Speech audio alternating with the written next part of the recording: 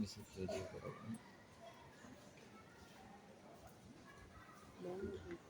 you for that. Thank you for the great introduction. I'm humble. Respected principals of Royal College, Mr. Atul Vijayawardena, Deputy Principal Mr. Nishant, Secretary RCU Mr. Aruna Samarajiva, SDS Secretary Mr. Nelum Verogoda, respected Vice Principals, Deputy Principals, dear teachers, distinguished members of the Royal College Union, proud parents, ladies and gentlemen, and my dear new Royal Scholarship holders. Aiboan, Wanakam, Assalamu alaikum, good morning. It's a deep honor for me to address you today as an all royalist. Thank you, Principal Sir, and the organizing committee for inviting me today. I'm humbled with your invitation. For the benefit of the majority here, Principal Sir, let me speak in Sinhala from this point onwards. ආදරණීය පුතේ අද මම මෙතන හිටගෙන ඉන්නේ ආරාධිත අමුත්තා විදිහට වඩා මීට අවුරුදු 44කට කලින් මේ හෝල් එකේම ඔය පුටුවේම මේ පුතාලා වගේම වාඩි වෙලා මේ වගේ කතාවකට සවන් දීපු ස්කෝලර්ෂිප් හෝල්ඩර් කෙනෙක් විදිහට ස්කෝලර් කෙනෙක් විදිහට අපි ඉස්සෙල්ලා පොඩක් බලමු මේ මෙතන ඉන්න පුතාලා 263 දෙනෙක් ඕගොල්ලන්ගේ වැලියු එක මොකක්ද ඕගොල්ලන්ගේ දක්ෂතාවය මොකක්ද කියලා අපි දන්නවා පහුගිය අවුරුද්දේ ශිෂ්‍යත්වයට වාඩි වුණා 3,3670ක් එයින් ශිෂ්‍යත්වයේ පාස් වුණේ 51000ක් විතර 52000ක් ඒ කියන්නේ 17.1%. එයිනොත් රාජකීය විද්‍යාලයට එන්න පුළුවන් වුණේ මේ දරුවෝ 263ට ඒ කියන්නේ ශිෂ්‍යත්වයේ පාස් වෙච්ච අයගෙන් ගත්තොත් එimhe 100.5යි.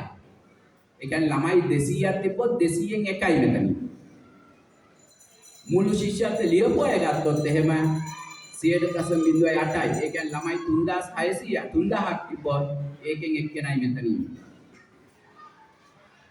මොකද්ද මේ රාජකීය විද්‍යාලයෙන් මේ වගේ රත්තරන් වගේ පෙරලා ගත්ත මේ පුතාලා රාජකීය විද්‍යාලේ මොකද්ද කරන්නේ? රාජකීය විද්‍යාලයෙන් ඕගොල්ලන්ව පරිවර්තනය කිරීමක් කරන්නේ. මම හරිම ආඩම්බරයි ඔය දරුවෝ ගැන මම නැවතත් රාජකීය පවුලට මේ දරුවෝ 263 දෙනා නැවතත් පිළිගන්නවා. දැන් බලමු මගේ ජීවිතය ගත්තොත් එහෙම මගේ ජීවිතේ හැරවුම් ලක්ෂ්‍ය උනේ මේ රාජකීය විද්‍යාලයට පැමිණීම. මාව මෙච්චර දුරක් ගෙනාවේ රාජකීය විදුහලින්. මගේ යාළුවෝ ගුරු බවතුන් ප්‍රධානම දේ විනය. මම පොඩි දෙයක් කියන්නම්. මම ඊයේ රස්සාව පාර ගන්න තුනම එක සෞන්දර්ය කල් දැම්මාද මේ දෙහින්දා මම මේ කියන්නේ ලොකු කමකට නෙවෙයි මගේ කතාවේදී ඔයගොල්ලන්ට තේරෙයි මම කොහෙන්ද ආවේ දැන් කොහෙන්ද ඉන්නේ කියලා. මම සඳුදට බාර ගන්නවා අවුරුදු 176ක් පරණ ලංකාවේ ඩෙල්මේජ් ප්‍රෝසිත් ආයතනයේ ප්‍රධාන විධායක අධ්‍යක්ෂක විදියට. එතකොට මම පුතාලා පොඩ්ඩක් බලන්න. මම ඇවිල්ලා අවුරුදු 44කට කලින් මෙතන වාඩි වෙනකොට මට ඉංග්‍රීසි වචනයක්වත් කතා කරගන්න බෑ. පොඩිම මගේ පුංචි අම්මා ඇවිල්ලා අහුවා පුතා රොයල් එකට පාස් වුණා නේද කියලා. මම කිව්වා නෑ මම රාජකීය විද්‍යාලයට පාස් වුණේ. මම දැනගෙන හිටියේ නෑ රොයල් කියන්නේ රාජකීය විද්‍යාලය. මගේ දෙමව්පියෝ ගුරුවරු. නමුත් මගේ තාත්තා අසනීප වෙලා මගේ අම්මා තමයි තනියෙන් ඒ දේ කරගෙන ගියේ. මගේ අයියා ශිෂ්‍යත්වයට පාස් වෙලා හිටන් ආනන්දයට ආවා. අක්කා ශිෂ්‍යත්වයට පාස් වෙලා හිටන් අනුලයකට ආවා. මම රාජකීය විද්‍යාලයට ආපුවම ගෙදර ආර්ථික තත්ත්වය ඉතාමත්ම දරුණු විදිහට පහතට වැටුණා. මම රාජකීය විද්‍යාලයේ නේවාසිකාගාරයට ඇතුළත් වුණා. ඒ ඇතුළත් වුණාම එදා රාජකීය විද්‍යාලයේ නේවාසිකාගාරයේ මාසික ගාස්තුව රුපියල් 200යි. අද රුපියල් 7500යි. මගේ අම්මට ඒ රුපියල් 200 එක දිගට ගෙවා ගැනීමේ වත්කමක් තිබුණේ නැහැ. රාජකීය විද්‍යාලය කියන්නේ හරිම අරුම පුදුම තැනක්. මම ගියා අපේ ඩෙපියුටි ප්‍රින්සිපල් සර් හම්බෙන්න නානායක්කාර සර් කියලා. මම අම්මවත් කිව්වේ නෑ. මට තේරුණා ගෙදර තියෙන ප්‍රශ්න. මම ගිහිල්ලා සර්ට කිව්වා මෙහෙමයි. අර ඒ කාලේ තියෙන ටෙලිෆෝන් අර කරකෝලේවා. සර් දෙතුන් පාරක් කරකෝල කාටද දෙදින කතාවල හරි පුතා. ඔයා යන්න. සමහර මාසවල මගේ අම්මා ගෙවනවා. සමහර මාසවල ගෙවන්න බෑ. ඒකට මම ආයෙ ගිහිල්ලා එකන් සර්ට කියනවා මෙහෙමයිද මේකයි කියලා. තාත්තා මෙහෙමයි කියලා. එතකොට එදා මම දැනගෙන හිටියේ නැහැ. ඒස මොකක්ද කලේ කියලා ඉංග්‍රීසියෙන් කතා කරනකොට මට තේරුනේ නැහැ. හැබැයි මට දැන් තේරෙනවා ඒස කාට හරි කතා කළා මගේ රුපියල් 200 ගෙවන්න කියලා දෙනවා ආදි රාජකීය. මම මේක මෙතන පොඩ්ඩක් නවත්තනවා මගේ කතාවේ අදදි මම මේක ආපහු ගන්නවා. ඊළඟට තව දෙයක් වුණා. රාජකීය විද්‍යාලයේ නේවාසිකාගාරයේ නීතිය තමයි ඕලෙවල් වලින් පස්සේ එළියට යනවා. මම එළියට යනකොට මට ඉන්න තැන. මගේ පන්තියේ ආදි රාජකීයයේ පුතෙක් ඉඳලා ඒ ආදි රාජකීයෝ මාව කොළඹ හතේ ගෙදරකට එක්කන් ගිහිල්ලා මාව තියාගෙන මට ඉගැන්නුවා. මට ඉංග්‍රීසි ඉගැන්නුවා. ඉස්කෝලෙන් ඉංග්‍රීසි ඉගැන්නුවා. මට ඉගැන්නුවා. අන්නේ වගේ සහෝදරකමක් මේ තියෙන්නේ. මේ රාජකීය විද්‍යාලය බලන්නේ නැහැ. ඔයා ආවේ කොතනින්ද? ඔයාගේ ආර්ථික පසුබිම මොකක්ද? ඔයාගේ දෙමාපිය මොනවද කරන්නේ කියලා බලන්නේ නැහැ. මේ රාජකීය විද්‍යාලය මේ ආදි ශිෂ්‍යෝ ඉන්න අපේ සහෝදරයෝ ගුරුවරු විදුහල්පතිතුමාලා බලන්නේ වාව කොහොමද ඊළඟ තැනට ගෙනියන්නේ කියලා. මම ඒ ලෙවල් වල යුනිවර්සිටි සිලෙක්ට් වුණා. නමුත් ඒ කාලේ 88 89 කාලේ අපිට අවුරුදු 3ක් තිබුණා යුනිවර්සිටි එකට යන්න. මම සේල්ස් රෙප් කෙනෙක් විදියට ඩිස්ට්‍රිබියුටර් සේල්ස් රෙප් කෙනෙක් විදියට වැඩ කළා. පොඩිම තැනින් පටන් ගත්තා. මම එකයි කිව්වේ අර ඉස්සෙල්ලා මම ගන්න රස්සාව මම ලොකු කමකට නෙමෙයි මම කනෙක්ට් කරගන්න. ඊට පස්සේ මම ශ්‍රී ලංකා ස්කූල්ස් එකක් ගන්නවා. මට ස්කෝලර්ෂිප් එකක් හම්බුණා ඉන්දියාවට මම ගිහිල්ලා. ඒ වෙනකොට මට ඉංග්‍රීසි සෑහෙන්න පුළුවන්. හොඳටම නෙමෙයි. එතනින් පටන් අරගෙන අද වෙනකොට මේ රාජකීය විද්‍යාලයෙන් ලැබපු පන්නරේ නේවාසිකාගාරයෙන් ලැබපු පන්නරේ මම රටවල් 6ක ඉතාමත් ඉහළ රැකියාවක් කළා. මාගාව සුද්ධ වැඩ කළා. පොඩි ගණන් නෙමෙයි. 100 150. මාගාව ආසියාවේ කට්ටිය වැඩ කළා. එක කම්පැනි එකකට 5500. අනිත් කම්පැනි එකට 2400. අප්‍රිකාවේ. කොහෙන්ද මට මේ ශක්තිය ලැබුණේ? මං කියන්නම්. ඒක ලැබුණේ මේ ඉස්කෝලේ කොහොමද ලැබුණේ කියන එක මං කියන්නම්.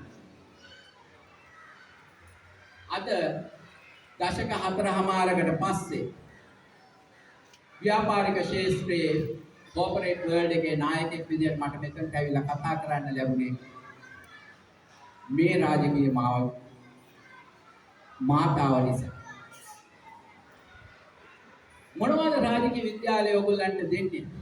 විදුහල්පතිතුමා අපේ ග්‍රේඩ් 6 මැඩම් ඔක්කොමලා කිව්වේ පොත විතරක් නෙමෙයි. මෙතෙන්ට එන්න එපා පුතේ. පොත පාඩම් කරන්න. ඒක ඕනතර ගෙදර ඉඳන් දැන් තියෙන හෝම් ස්කූලින්. ඒක කරන්න පුළුවන්. රාජකීය විද්‍යාලය මෙය විද්‍යාලයක් නොවේ. මේක විශ්වවිද්‍යාලයක්. ඊටත් වඩා ලොකු විශ්වවිද්‍යාලයක්. ලංකාවේ තියෙන ඕන විශ්වවිද්‍යාලයකට වඩා ලොකු විශ්වවිද්‍යාලයක් මේ රාජකීය විද්‍යාලය කියන්නේ. අපිට තව ලොකු දෙයක් උගන්වනවා මේ රාජකීය විද්‍යාලෙදී. සිංහල, දෙමළ, මුස්ලිම්, ක්‍රිස්තියානි ඕන කෙනෙක් එක්ක වැඩ ගන්න. මට මතකයි 1983 කළු ජූලි කාලේ අපි දන්නේ අපි හොස්ටලේ කට්ටිය ක්‍රිකට් ගහනවා ග්‍රවුන්ඩ් එකේ. ගහනකොට කළු පාට දුර යනවා හතර වටේම. අපි ක්‍රිකට් ගහනකොට බැට් කර හිටියේ තලේසිංහම් කියලා අපේ තව සහෝදරයෙක්. අපි සිංහලයි අපි චියර් කරනවා. තලේ ෆයිනල් එක ඉල්ලේ අඩි අන්නේ සහෝදරත්වය තමයි අපි ගොඩ නැගුවේ මේ රාජකීය විද්‍යාලයේ. විනය මම හිතන්නේ විදුහල්පතිතුමත් හැමෝම කතා කළා. අපි ඉන්ඩිපෙන්ඩන්ට් වුණා, අපි ස්වාධීන වුණා. අම්මේ තාත්තේ උඹේ දරුවට ස්වාධීන වෙන්න දෙන්න රාජකීය විද්‍යාලයක් උනේ. අභියෝගයන්ට මුහුණ දෙන ශක්තිය ඉගැන්වුවා රාජකීය විද්‍යාලයෙන්. කාලය කළමනාකරණය විශේෂයෙන් නේවාසිකාගාරය තුලදී වෙලාවට නැගිටලා ගොඩක් දේවල් අපි කළා. පොතපත ඉගෙන ගන්න අතරේ අපි ගොඩක් ස්පෝර්ට්ස් කළා. මම ස්පෝර්ට්ස් කළා කීපයක්. මම ස්විමින් කළා, බේස්බෝල් කළා, එල්ලේ කළා. ඊට පස්සේ මම ප්‍රධාන වශයෙන් තෝරගත්තේ හොකි. මහරි ආඩම්බරයෙන් අද මේක අඳගෙන ආවේ හොකි කලර්ස් අවුරුදු දෙකක් මට තියෙනවා. අපි මොනවද මේක ඉගෙන ගත්තේ? තනි පුද්ගලයෙක් පුතේ ඔයාගේ දක්ෂතාවයට වඩා අපි කණ්ඩායමක් විදිහට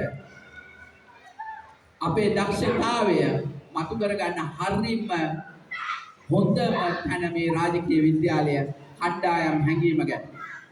අපි ප්‍රෙෂර් පීඩනය ගැන සාර්ථකව හොඳින් කළමනාකරණය කරගන්න මැච් එකකට යනකොට, ක්‍රීඩාවකට යනකොට ඒක තමයි අපි ඉගෙන ගන්න.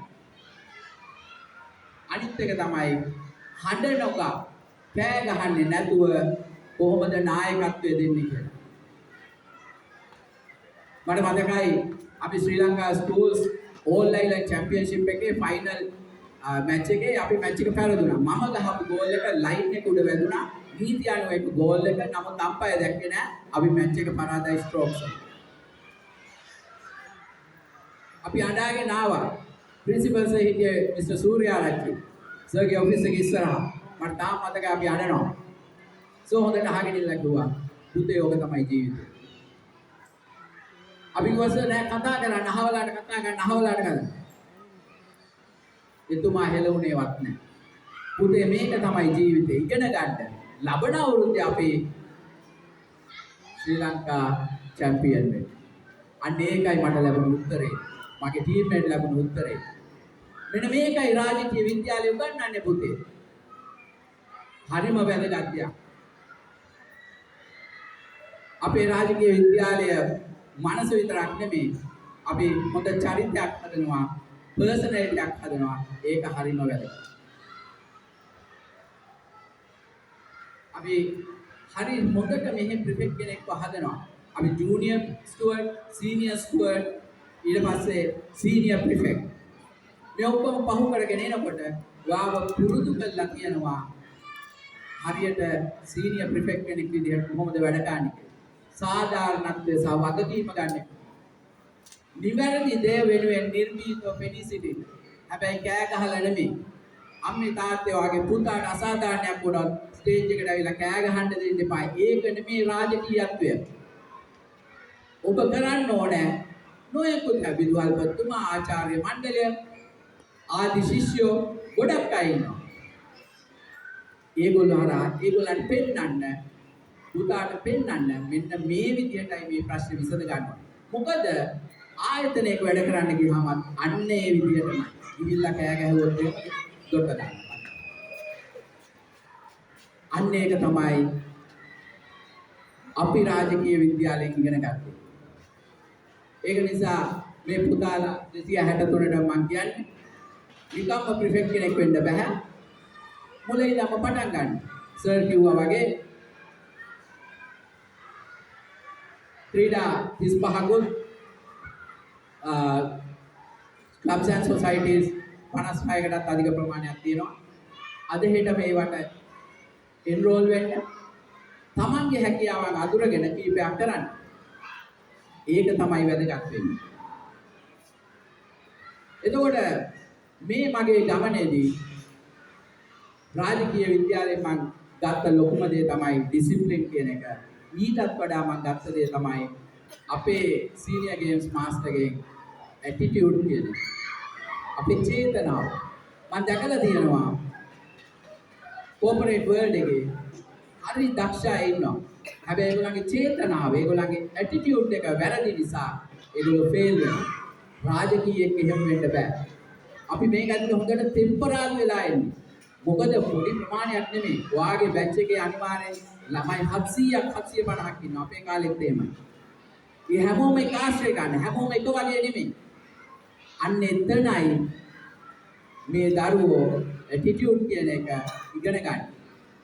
අන්න එතනයි අපි ලීඩර්ෂිප් එක ඉගෙන ගන්න. අන්න එතනයි අපි ඩිසිප්ලින් කියන එක, එහෙම නැත්නම් විනය කියන එක ඉගෙන ගන්න. එතකොට අපේ ස්කූල් සොංග් එකේ තියෙනවා we will learn of books and men and learn to play the game. අපි පොත් විතරක් නෙමෙයි ඉගෙන ගන්න. ඒක හරිම වැදගත්. සර් කිව්වාගේ පොත් විතරක් නම් වෙන ඉස්කෝලේකට යන්න දෙන්න. අපි මිනිස්සුත් එක්ක ඉන්නේ කොහොමද? අපි ක්‍රීඩා කරන්නේ කොහොමද? සාධාරණ විදියට ක්‍රීඩා කරන්නේ කොහොමද කියන එක අපි මේ රාජකීය විද්‍යාලයේ එහෙම තමයි රන් පුතුන් බිහි වුණේ මේ විද්‍යාලේ. මේ 263 දෙනාම රන් පුතුන් විදිහට මේ විද්‍යාලයෙන් එළියට යන එක දකින්න තමයි මගේ ප්‍රාර්ථනාව. මම පොඩි ඇඩ්වයිස් කීපයක් දෙන්නම් අපේ අලුත් පුතාලට. පළවෙනි එකම තමයි පුතේ, ඔයගොල්ලෝ දැන් අද ආවහම 6 පන්තියට තව කට්ටියක් එනවා එකේ පන්ති නම්. ඒ ඇවිල්ලා අපි වගේ ඕල් බොයිස් ලාගේ ළමයි, එහෙම නැත්නම් මේ ළඟ අහල පහල දුරාණුව ගත්ත ළමයි, ඒගොල්ලොත් එක්ක මික්ස් වෙන්න ඕනේ. ඒගොල්ලොත් එක්ක මික්ස් වෙනකොට මොනම හේතුවක් නිසාවත් ඕගොල්ලෝ හිතනවා අපි ගමෙන් ආවේ, අපිට ඉංග්‍රීසි බෑ, අපිට අරක කරන්න බෑ, මේක කරන්න බෑ. එහෙම හිතුවොත් පරාදයි. ඒගොල්ලෝ හරි හොඳ අය. මම අහලා තියෙන එක දවසක් මම පසන් කතා කරන පසන් කියනවා මම ඉංග්‍රීසි ස්ටෝරි බුක්ස් අරගෙන ඇවිල්ලා හිටන් ඉංග්‍රීසි බැරි ළමයින්ට ඉගෙනුවා. අන්නේ වගේ රත්න පුත්තු තමයි මේකේ ඉන්නේ. ඒගොල්ලොත් ආශ්‍රය කරන්නේ. ඒක හරිම වැදගත්. කවුරුවත් කලාපෙලා දාන්නේ නැහැ. බය නැතුව මම I belong to this place. මාව මෙතනට අයිති, මම ඇවිල්ලා තියෙන්නේ අර මං කිව්වාගේ 0.5ක් එහෙම නැත්නම් 0.08ක් වගේ රත්තරන් වගේ පෙරලා ගත්ත තැන. එහෙම කියලා ඔළුව දුරම ගන්න එපා. අරගොල්ලොත් එක්ක එකතු වුණාම අපි වර්ධනය වෙනවා. ගුරුවරුන්ගේ, විදුහල්පතිතුමාගෙන් විතරක් නෙමෙයි, ඕගොල්ලන්ගේ යාළුවන්ගේ ඕගොල්ලෝ ගොඩාක් වර්ධනය වෙනවා. ඒක හරිම ඉම්පෝටන්ට්. ඒකම ජීවිත කාලයටම අවශ්‍ය යාළුවෝ මෙතනින් හදාගන්න. මගේ අම්මා අසනීප වෙලා ඉන්නකොට එයා බලාගත්තේ මගේ බැච් එකේ මහාචාර්යවරු දෙන්නෙකුයි තව දොස්තරලා දෙන්නෙකුයි. මට කිසිම ප්‍රශ්නයක් තිබුණේ නැහැ මම පිටරටේ. ඒ තරමට ඕගොල්ලෝ යාළුවෝ හදාගන්න. හැමෝම ආශ්‍රය කරන්න. දෙවැනි එක තමයි මේ රාජකීය විද්‍යාලය කියන්නේ අත්ම පුදුම තැනක්. ඇලඩින්ගේ පහන වගේ ගොඩාක් දේවල් දෙන්න පුළුවන්. ඒ කියන්නේ ඕගොල්ලන්ට පුළුවන් ස්පෝර්ට්ස් කරන්න, ක්ලබ්ස් ඇන්ඩ් සොසයිටිස් වලට යන්න, කම්පිටිෂන්ස් තියෙනවා ගොඩක්, ඒවට ඉදිරිපත් වෙන්න. දිනුවා පෙරදුනා ප්‍රශ්නයක් නැහැ. More importantly, speak in English. broken English ප්‍රශ්නයක් නැහැ. කතා කරන්න පටන් ගන්න. රාජකීය විද්‍යාලේ නේවාසිකාගාරයට යන දරුවට හොඳ ප්‍රෝග්‍රෑම් එකක් තියෙනවා නේවාසිකාගාරේ. 7 පන්ති 8 පන්ති වෙනකොට හොඳට ඉංග්‍රීසි කතා කරන්න පුරුදු වෙනවා. ඒකටත් රාජකීය විද්‍යාලයේ ආදි ශිෂ්‍යයෝ පිට රටවල් වල ඉන්න අය තමයි ගොඩක් අය උදව් කරන්නේ. අනිත් එක මම කිව්වේ 700ක් 750ක් ඉන්නවා. මේ කට්ටිය පුළුවන් තරම් ආශ්‍රය ගන්න. තනියෙන් පැත්තකට වෙලා ඉන්න එපා. රාජකීය විද්‍යාලය තනියෙන් පැත්තකට වෙලා ඉන්න අය නෙමෙයි බිහි කරන්න බලාපොරොත්තු. දැන් ඔයගොල්ලෝ දකින්න ඇති මෙතන පොඩි පුතාලා ගොඩක් අය ඉඳලා ඔයගොල්ලෝ එකම ටීචර් කෙනෙක්වත් දැක්කේ නැහැ. මෙතන ඔක්කොම සිද්ධ වෙන්නේ දරුවන් අතින්. ඒක හරිම වැදගත්. හරිම වැදගත් දෙයක් මේ දරුවෝ 263 දෙනාට මම කියන්න ඕන. Be grateful. Be grateful. කෘතඥතාවය කියන එක හරිම වැදගත්. මං ආයෙ යන්නම් අර රුපියල් 200 ගැන. එදා මට ඒ රුපියල් 200 ගෙව්වේ නැත්නම් ඒ කාලේ මේ LPMC මොනවාක් ශිෂ්‍යත්ව දෙවුන්නේ නැහැ. මම ආද මෙතන නැහැ. මට ඉන්න ගෑනු ළමයි දෙන්නේ. මට හරි ලේසියෙන් තිබුණා හරි. මම ඉගෙන ගත්තා මං එළියට ගියා. ටටා බයි රොයල්. එහෙම කරන්න එපා. මම හොකි ක්ලබ් එකේ අවුරුදු 10ක් සෙක්‍රටරි. දැන් මම රොකෝහේගේ ඕල්ඩ් හොස්ටලර්ස් ඇසෝසියේෂන් එකේ ප්‍රෙසිඩන්ට්. ඊට අමතරව තව ගොඩක් උදව් කරනවා. එතකොට මේ හැම දෙයක්ම අපි කරන්න ඕනේ මුල අමතක කරන්න එපා.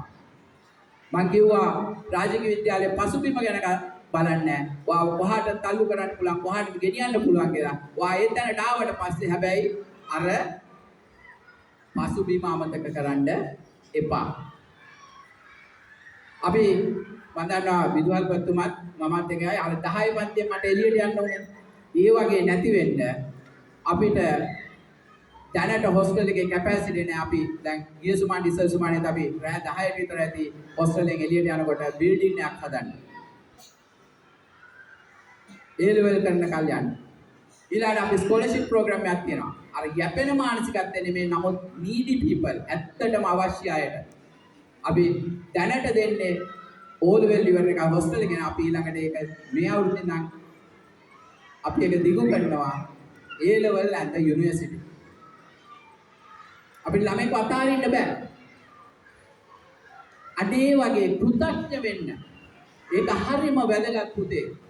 වා කෘතඥ වුණොත් තමයි වා grateful වුණොත් තමයි වාටත් හරියන්නේ. ඒක හරිම වැදගත්. හතරවෙනි එක තමයි පුතේ ඔයයි මමයි දෙන්නම මෙතන නෑ. මේ නිදහස් අධ්‍යාපනය කියන එක නොතිබුණා. මගේ දෙමාපියන්ටත් බොහෝ දෙමාපියන්ටත් නිදහස් අධ්‍යාපනය නොතිබුණා නම් ඉගෙන ගන්න හම්බ වෙන්නේ නැහැ. ඒක නිසා හැම වෙලේම නිදහස් අධ්‍යාපනය ගැන හිතන්න, ඒකට උදව් කරන්න, කොහේ හරි නිදහස් අධ්‍යාපනයට බාධාවක් වෙනවා නම් ඒක ගැන කතා කරන්න, කෑ ගහන්න කියනවා නෙමෙයි උද්ඝෝෂණය කරන්න කියනවා. ඒක රාජකීයෙක් විදිහට ඒක ඇඩ්‍රස් කරන්න. ඒක හරිම වැදගත්. මගෙන් දෙමාපියන්ට පොඩි පණිවිඩයක් තියෙනවා. මට පැහැදිලිව කියන්න පුළුවන් මේ රාජකීය විද්‍යාලයේ අවුරුදු 8ක් ශිෂ්‍ය නායකයෙක් වෙනවම අවුරුදු 8ක් මේක ඉන්නවා. අවුරුදු 8ක් ඉඳන් මට පැහැදිලිව කියන්න පුළුවන්. මේ විදුහල්පතිතුමා මේ ගුරු මණ්ඩලය ඔබේ දරුවා ඉතාමත්ම සුරක්ෂිතයි මේගොල්ලන්ගේ දෑත්වල. හැබැයි ඒගොල්ලෝ ඔය දරුවන්ට චැලෙන්ජ් කරා. අභියෝග කරා. ඒගොල්ලන්ව ස්ට්‍රෙච් කරා. සමහර වෙලාවට ඒගොල්ලන්ව අන්කම්ෆර්ටබල් සෝන්ස් වලට දායි. ඒ තරහට නෙමෙයි. මම හොඳට ගුටි කාලා දිනවා ඒ කාලේ. දැන් නම් මම හිතන්නේ ගහන්න බෑ. අපිට කිසි ප්‍රශ්නයක් තිබුණේ නැහැ. හොඳට ගුටි කාලා දිනවා සර්ලගෙන්. ඒක නිසා ඒවට සාවධාන ළමයා ඇවිල්ලා කියයි මට අරක කළා මේක කළා. ළමයාව ස්ටේජ් නැගලා කෑ ගස්සන්න එපා. ළමයාට කියා දෙන්න මේකයි මොකද්ද වෙන්නේ. ළමයාත් එක්ක ඉන්න ප්‍රින්සිපල්ස් කිව්වා වගේ. මෙතනට ගෙනල්ලා දාලා ඊට පස්සේ එළවෙලුර ඉවරුනහම ළමෙක් නැති වෙයි සමාහයට එක්ක යන්න. ඒක නිසා පැහැදිලිව ළමයාත් එක්ක ඉන්න ගුරු මණ්ඩලයට සහයෝගය දෙන්න ඒ ටික කරගෙන යන්නේ. එතනින් තමයි රට්ටුතෙක් බිහි වෙන්නේ රාජකීය විද්‍යාවේ. මේ සිස්ටම් එක ට්‍රස්ට් කරන්න. ඒගොල්ලන්ට ඉන්ඩිපෙන්ඩන්ස් කියන එක කියා දෙන්න. මගේ දුව ඉස්කෝලේ ගිහිල්ලා ප්‍රශ්න ඇති කරගෙන ආවහම අම්මා කියන යන් මම කොට වාගිල්ල මේ ටික කරගන්න. මම කවදාකවත් ඉස්කෝලේ ගියේ. මං ගියේ ළමයාගේ අනිත් දේවල් වලට මේ කම්ප්ලේන්ස් වලට කියන්නේ. ළමයා මේක සෝල්ව් කරගන්න හැටි එයාට උගන්වන්න. ඒක හරිම වැදගත්. මං ගිය අවුරුද්දේ බිග් මැච් එකට ගියාම මගේ යාළුවෙක්ගේ සනිල් වයිඩ් හිටියා එංගලන්තේ. එයා කිව්වා ජීවිතේට අපි ක්‍රිකට් හදුවේ අපි ජීවිතේට මේ වගේ ක්‍රිකට් ෆෙස්ටිවල් එකක් ක්‍රිකට් කාර්නිවල් එකක් දැකලා නැහැ. ඔබේ දරුවා 6 පන්තියේ තම බිග් මැච් එකට යවන්න. ඒ එක්ස්පීරියන්ස් එක ගන්න දෙන්න. සමහර දෙමව්පියෝ ඒකට කැමති නැහැ. ඒ වගේ දේවල් තමයි මෙතනදි සිද්ධ වෙන්න ඕනේ. රාජකීය විද්‍යාලේ බලන්නේ ඔයගොල්ලන්ගේ පොතේ පතේ ප්‍රතිඵල නෙමේ. හැබැයි කොහොමද ශක්තිමත් හොඳ පුරවැසියෙක් මේ රටට බිහි කරන්නේ කියලා. අවසාන වශයෙන් මම කියන්නේ කැමති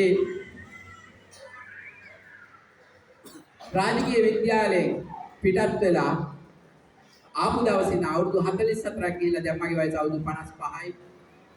හරි ආඩම්බරෙන් කියනවා අපේ බැච් එකේ මේ ඉන්න ආදිරාජකයේ කිසිම කෙනෙක් අද වෙනකොට ලංකාවේ කරන්න බැරි කිසිම දෙයක් නැහැ පුතේ. හැම දෙයක්ම එක ටෙලිෆෝන් කෝල් එකෙන් දෙකෙන් කරගන්න පුළුවන්. තමන්ගේ බැච් එකේ නැත්නම් උඩ හරි පල්ලෙහා හරි ඉන්න සහෝදරයෝ උදව් කරනවා. අන්න එතෙන්ට එන්න ඕනේ. ඒක තමයි වැදගත්කම. ඒක නිසා go beyond boundaries.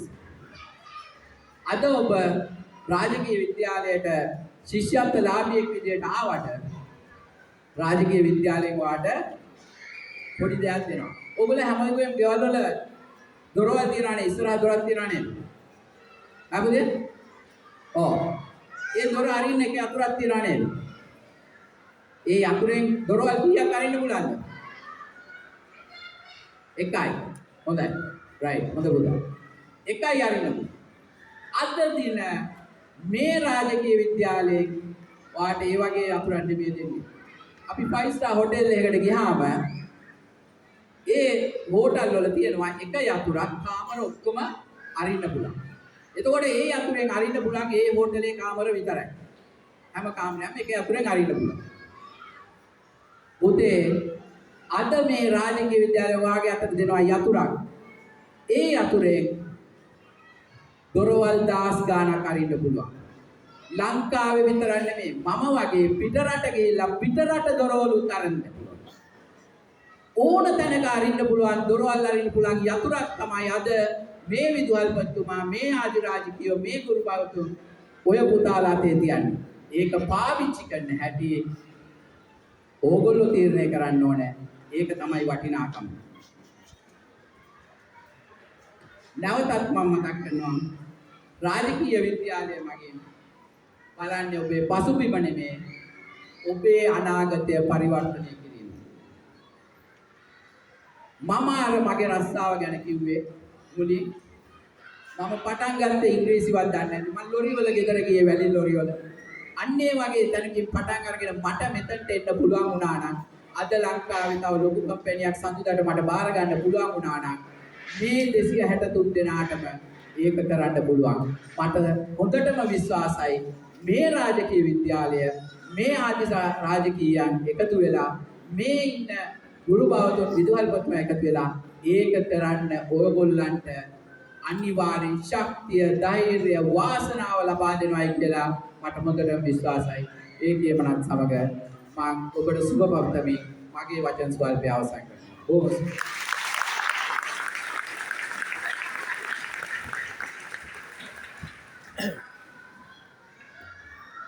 Thank you very much, sir, for your inspiring words, and it was truly a motivation for us and even all the new loyalists here.